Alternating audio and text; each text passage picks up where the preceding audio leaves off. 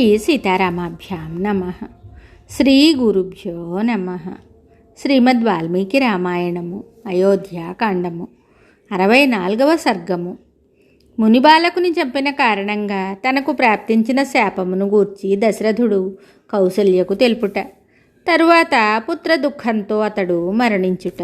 ధర్మాత్ముడైన దశరథ మహారాజు ఆ మునిబాలుని యొక్క మిక్కిలి బాధాకరమైన మృతిని జ్ఞప్తికి తెచ్చుకుని ఎంతో విలపిస్తూ మరలా కౌసల్యతోటి ఇలా చెప్తున్నాడు.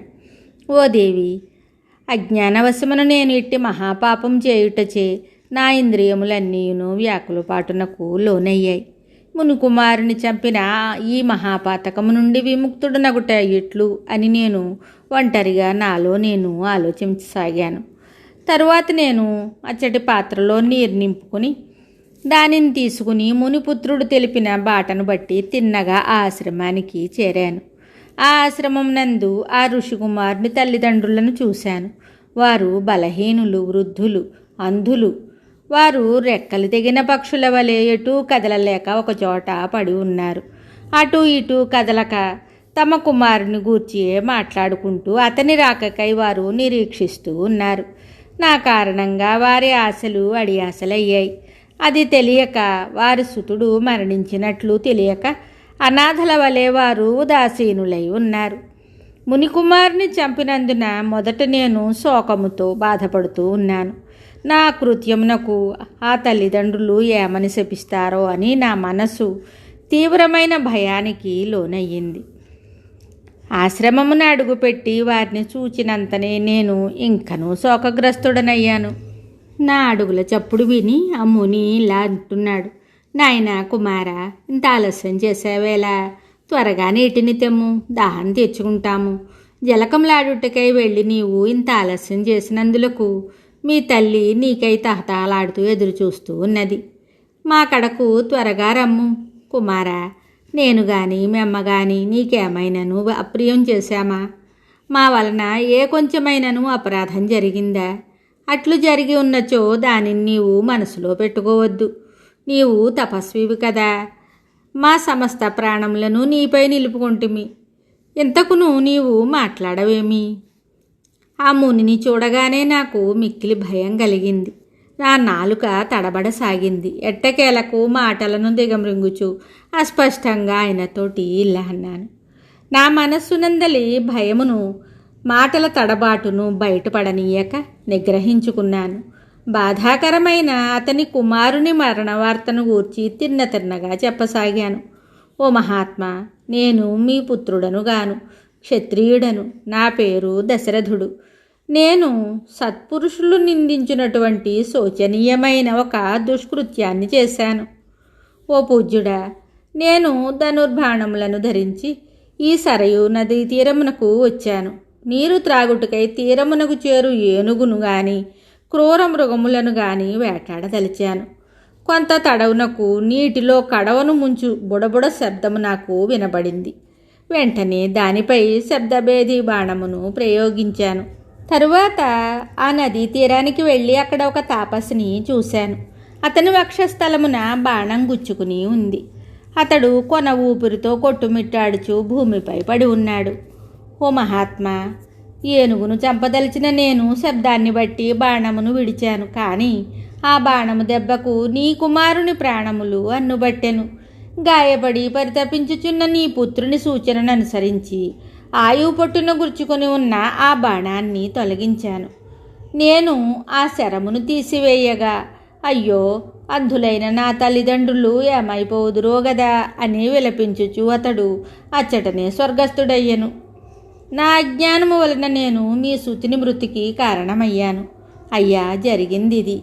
ఇంక మీదట నన్ను అనుగ్రహించెదరో శపించెదరో మీ దయ. నేను చేసిన ఆ దుష్కృత్యమును గూర్చి పశ్చాత్తాపడుచు పలికిన క్రూరవచనములను ఆ పూజ్య మహర్షి విన్నారు. అందువలన అతడు నాకు తీవ్రమైన దుఃఖమును కలిగించకుండా ఉండలేకపోయాడు. అనగా శపించుటకు సంసిద్ధుడయ్యాడు. అప్పుడు నేను దోసిలొగ్గి ఆయన ఎదుట నిలబడ్డాను. అంతటా మహా తేజస్వి మిగుల వగచుచు నిట్టూర్చుచు కన్నీరు మున్నీరుగా విలపిస్తూ నాతోటి ఇలా అన్నాడు.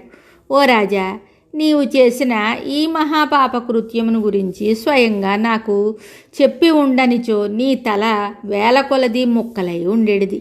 ఓ ప్రభు, క్షత్రియుడు బుద్ధిపూర్వకంగా వానప్రస్థుని చంపి ఉన్నచో అతడు ఇంద్రుని అంతటి వాడైనను పదవి భ్రష్టుడు కాక తప్పదు. తపస్సు చేయుచున్న మునిపై గాని అట్టి బ్రహ్మచారిపై గాని బుద్ధిపూర్వకంగా బాణప్రయోగము చేసినచో ఆ పాపి యొక్క తల ముక్కలు ముక్కలవుతుంది. ఈ దుష్కృత్యమును నీవు తెలియక చేసితివి గాన బ్రతికిపోయావు. అట్లుగాక నీవు దీనిని తెలిసి చేసి ఉన్నచో నీవే కాదు, నీ ఇక్ష్వాకు వంశమే నశించి ఉండేది.